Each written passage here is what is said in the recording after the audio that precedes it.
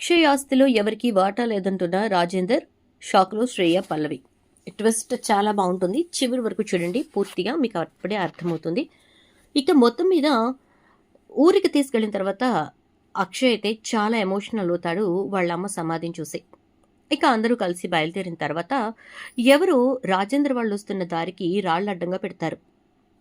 ఇక ఆ రాళ్లని శ్రీకర్ వాళ్ళు తీస్తూ ఉండగా ఈలోపు వెనక నుంచి వచ్చిన నలుగురు మనుషులు రాజేంద్రని తీసుకెళ్లిపోతూ ఉంటారు. అది చూసిన అవని అరిచేసరికి ఇక అక్షయ్ వాళ్ళు వెళ్ళి వాళ్ళని కొట్టి వాళ్ళ నాన్నని రక్షించుకుంటారు. ఈ ఊర్లో ఎవరు శత్రువులు ఉన్నారు మీకు అని పల్లవి అడుగుతుంది. నాకెవరు శత్రువులు లేరు, నేను వెళ్ళిపోయి 30 సంవత్సరాలు అవుతుంది ఇక్కడ నుంచి వెళ్ళి అని చెప్పని అంటాడు.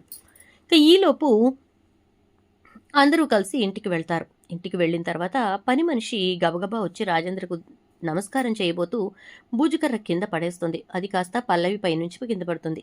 దాంతో పల్లవి పని మనిషి చెంప పగలగొడుతుంది. ఇక చాలా కోపం వస్తుంది రాజేందర్కి. ఎవరికి ఎలా బుద్ధి చెప్పాలో అలా చెప్పడానికే ఇక్కడికి తీసుకొచ్చాను అని మనసులో అనుకుంటూ ఇక పని వాళ్ళకి 10,000 రూపాయలు ఇచ్చి ఏమేం సరుకులు కావాలో కొనుక్కుని మీరు సంతోషంగా ఉండండి, మేము వెళ్ళిన తర్వాత మళ్ళీ పనిలోకి రండి, అప్పటి వరకు రావద్దని పంపించేస్తాడు.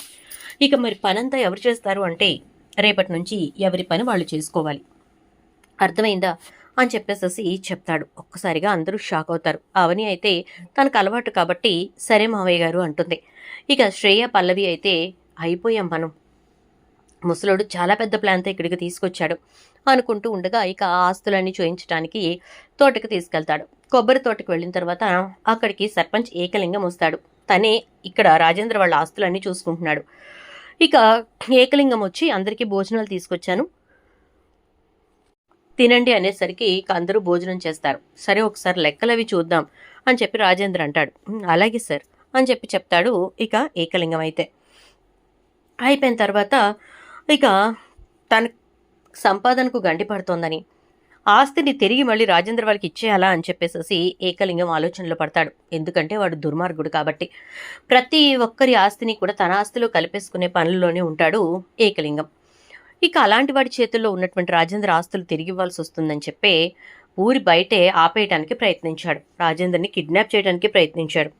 అయితే ఇక ఈలోపు రాజేంద్ర ఆస్తులన్నీ ఒక్కొక్కటిగా చూపిస్తూ ఇప్పటి వరకు మీకు చూపించినవి నాకు నా పూర్వీకుల నుంచి సంక్రమించిన ఆస్తులు, ఇప్పుడు చూపించబోయేవి కేవలం అక్షయ్కి సంబంధించిన ఆస్తులు, అక్షయ్ వాళ్ళ అమ్మ అక్షయ్ కోసం ఉంచినటువంటి ఆస్తులు అని చెప్పేసి అన్నీ చూపిస్తాడు రాజేందర్.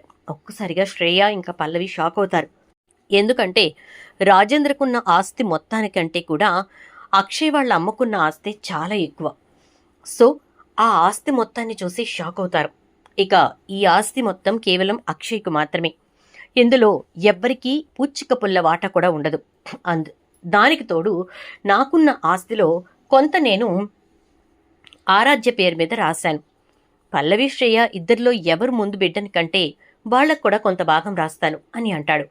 ఏంటి మావయ్య గారు, ఆల్రెడీ అక్షయ్ బావు గారికి చాలా ఆస్తి ఉంది, మళ్ళీ మీరు ఆరాధ్యకు విడిగా రాయడం ఏంటి అని అడుగుతుంది పల్లవి. ఎందుకంటే ఆరాధ్య నా మనవరాలు కదా, మరి నా మనవళ్ళు మనవరాళ్ళకి నేను విడిగా రాసుకోవాలి అనుకున్నాను, రాశాను అంటే అయితే బావగారి ఆస్తి కూడా కలుస్తుంది కాబట్టి మనకు చాలానే ఆస్తి ఉన్నట్టు అని అంటే లేదు లేదు పల్లవి, అక్షయ్ ఆస్తికి మన ఆస్తులకి ఎటువంటి సంబంధం లేదు, నేను సంపాదించిన ఆస్తి మాత్రమే మీ అందరికీ దక్కుతుంది.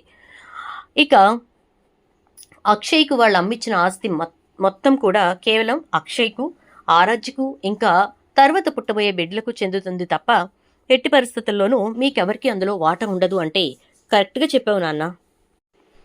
పెద్దమ్మ ఇచ్చిన ఆస్తి కేవలం అన్నయ్యకి మాత్రమే, అది వాస్తవమే, అంతవరకే ఉండాలి, కానీ మా అందరికీ వాటాలు ఎలా వస్తాయంటే ఎందుకు రావండి, మీరు అలా మాట్లాడతారేంటి అని చెప్పి ఇక శ్రీకర్ని అయితే ఆపుతుంది శ్రేయ. మాట్లాడకు, నాన్న చెప్పిందే కరెక్ట్ అంటూ ఉంటే పల్లవి ఏంటి ఏం మాట్లాడవు కన్నయ్య అని చెప్పని అనేసరికి కరెక్ట్గా నాన్న చెప్పారు, ఇంకేంటి మాట్లాడేది అంటూ ఉంటే ఇక పల్లవి, శ్రేయ ఇద్దరు కూడా షాక్ అయిపోతారు. వీళ్ళందరూ ఏంటి మొత్తం ఆస్తంతా అవని చేతిలో పెట్టబోతున్నారనమాట. ఇట్నుంచి ఇందులోనూ వాటా, అట్నుంచి ఆ ఆస్తి మొత్తం కలుపుకొని వాళ్లే ఆస్తిపరులు అవుతారు అని అంటూ ఉంటే వాస్తవమే కదమ్మా, వాళ్ళమ్మ వాడి కోసం దాచిన ఆస్తిని వాడికే ఇవ్వాలి, అక్షయ్ది అక్షయ్కే దక్కాలి అని చెప్పేసేసి రాజేశ్వరి అనేసరికి ఏం మాట్లాడాలో అర్థం కాక షాక్ అయిపోతారు అందరూ. చూద్దాం రాబోయే ఎపిసోడ్స్లో ఏం జరుగుతుందో. వీడియో నచ్చితే లైక్ చేసి, వీడియో షేర్ చేసి, ఛానల్ సబ్స్క్రైబ్ చేసి, పక్కన బెల్ ఐకాన్లో ఆల్ ట్యాప్ చేయండి.